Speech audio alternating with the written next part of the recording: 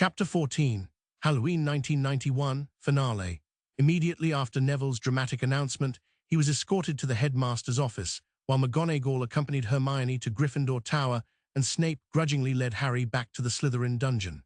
The potions master seemed quite annoyed with the young snake and also seemed to be experiencing some pain in his leg. Of all the unmitigated Gryffindorish tomfoolery, and you were awarded 15 points for it.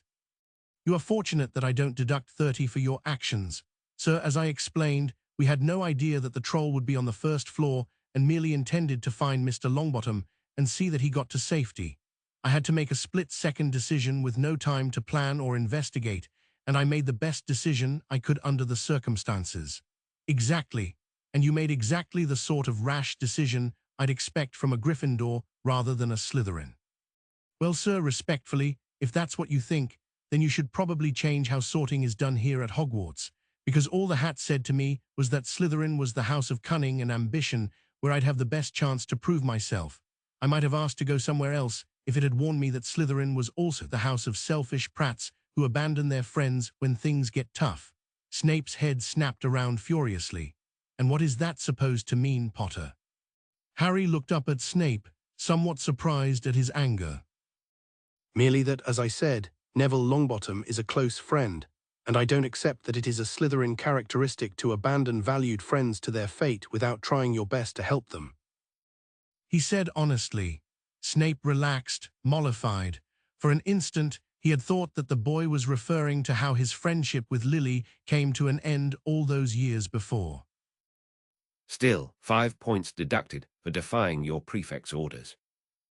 He snapped irritably. Harry sighed. Yes, sir. They walked on in silence for a few seconds. Mind you, even if I were a selfish prat, I still would have gone after Neville. I've put a lot of effort on forming a relationship with the heir presumptive of an ancient and noble house. It would have been foolish to ignore the opportunity to ingratiate myself with him further when I genuinely believed the risk was minimal. Snape glanced back down at the boy as they walked. Well, that's better, I suppose. Then he winced in pain again.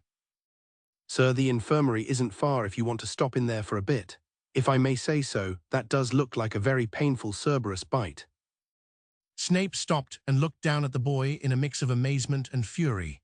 Oh no, no, no, no, tell me that you are not so much a Gryffindor that you... Of course not. Harry interrupted indignantly.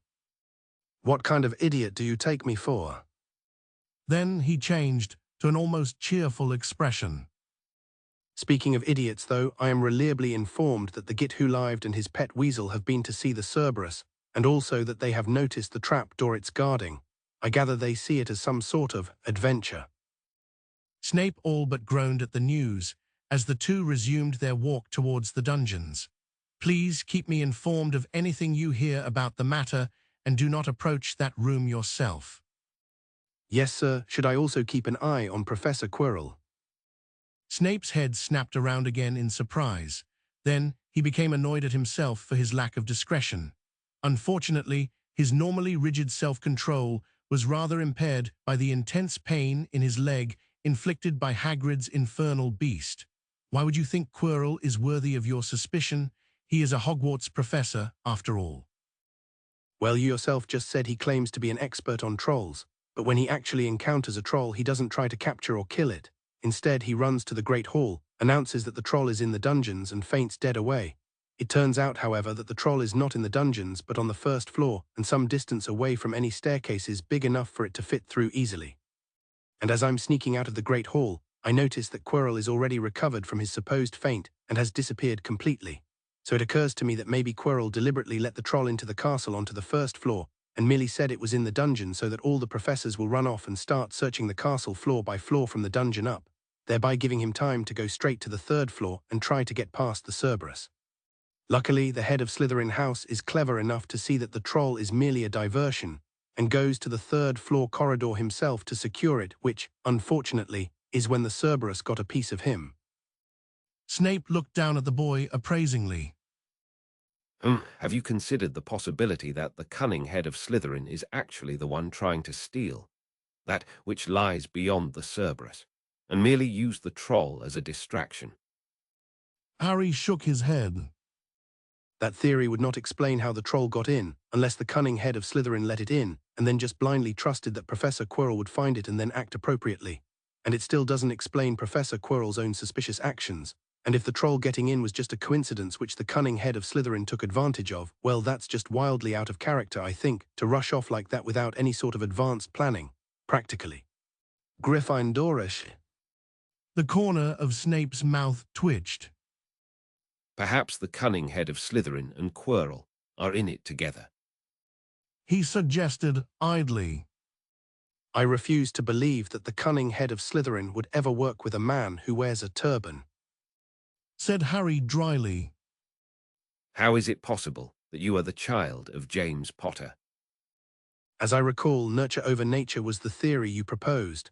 Oh, and by the way, this may be completely unrelated, but whenever we're anywhere near Quirrell, both Jim and I get strange headaches. I just thought it was generic weirdness before, but after this troll business, it seems like it might be important. Snape rolled his eyes. Potter, cease your pretensions of childish naivete. While I deplore your Gryffindor tendencies, it is clear that you are remarkably cunning for a first-year student. You know perfectly well that if you have a mysterious ailment that only strikes you whenever you are near someone whom you have already found suspicious, of course it is important. Do these headaches last the entire time you are near him? No, it's more like an intermittent stabbing pain centered right here. Harry touched his skull. Hermione says that from his reaction, Jim gets the same pain also centered on his own scar. Avoid Quirrell outside of class. During your defense lessons, whenever these pains strike you, make a note of the time and whether Quirrell was doing anything unusual at the onset. If you can do so discreetly, have your Gryffindor associates observe the other Potter to see how he reacts and whether his reactions differ from your own. You will present a written summary of your notes to me in 1 week's time. Do you understand? Yes, sir, said Harry as if instructions to essentially spy on another teacher and also get his friends to do likewise were the most commonplace things in the world. By that point, the two had arrived at the entrance to the Slytherin common room.